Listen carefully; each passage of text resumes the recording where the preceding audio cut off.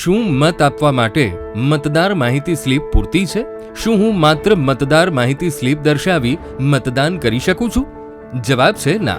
મતદાર માહિતી સ્લીપ કે જેમાં મતદાન મથક, મતદાન તારીખ, મતદાનનો સમય વગેરે માહિતી દર્શાવાઈ હોય છે.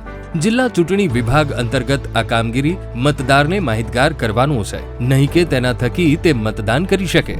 તો મતદાર તરીકે કયા ઓળખ પુરાવા સાથે રાખવા?